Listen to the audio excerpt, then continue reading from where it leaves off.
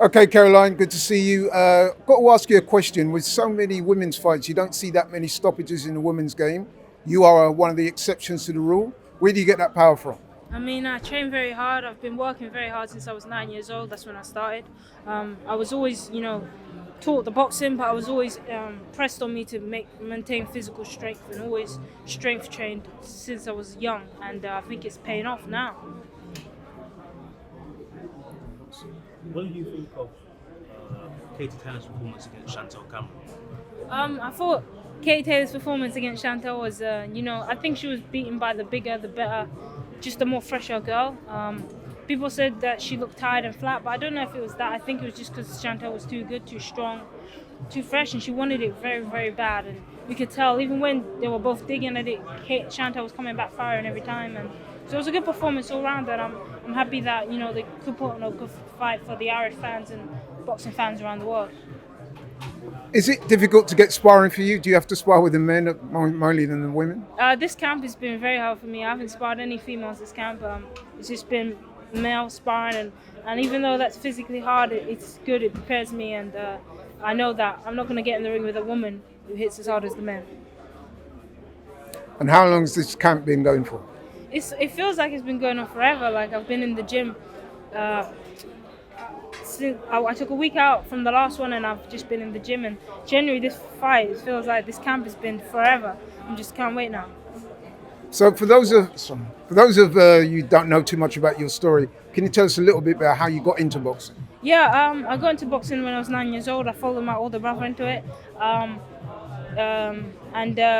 guess I just took it from there. I always love watching boxing. I've always been around boxing. Whenever my brother's fighting, it's a big occasion, it's a big noise, it's a big excitement in the house. And as the middle child, you want some of that. You want some of that attention. You want some of that feeling. So I just followed them into it and took off from there.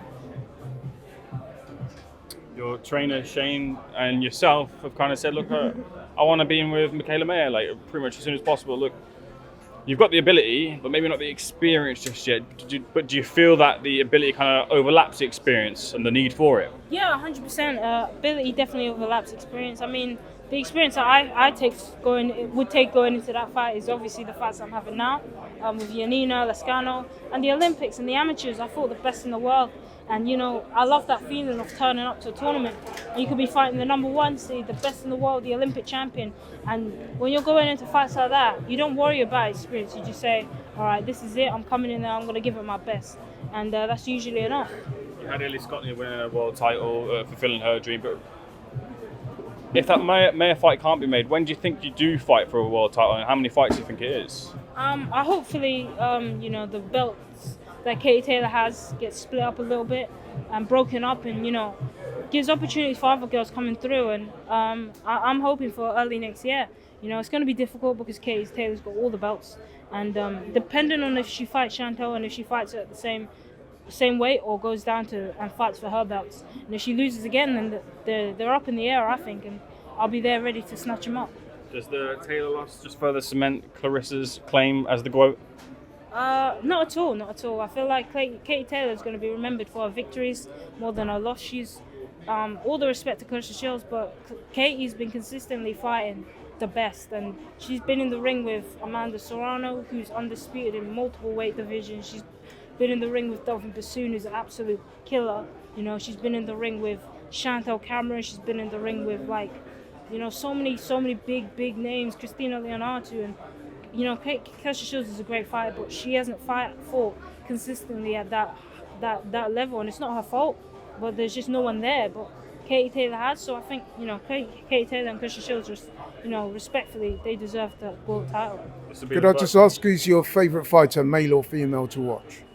I've got so many, man. I can list them off. Naoya Inoue, Virgil Ortiz, Errol Spence, Terence Crawford, Shakur Stevens. The list goes on. It's impossible. You can't. Who you got in that fight, Spence or Crawford?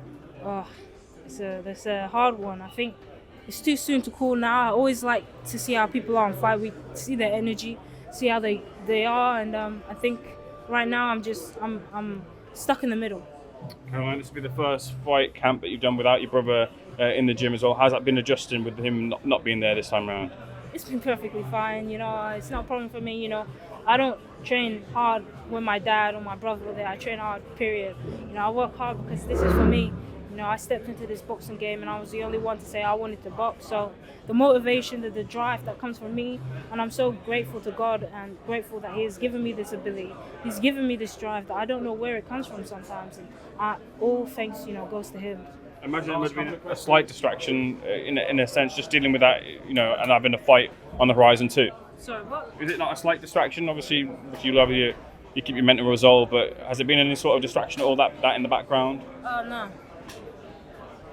What would you say is your long-term game? Obviously, you want to win a world title, but in order for you to come out the game having achieved your ambitions, what would you say they are? You know, I think when I retire, I want people to say she was a great fighter, period. You know, not male, not female, just great. I want young boys, young girls coming through into the sport. You know, when they say, let me think of who to put on so I can be inspired by who I should copy, who should I look at. I want my name to be in the mix. And if I can do that, and if I can fight and put on fights like that, then, you know, I think I'll be very happy.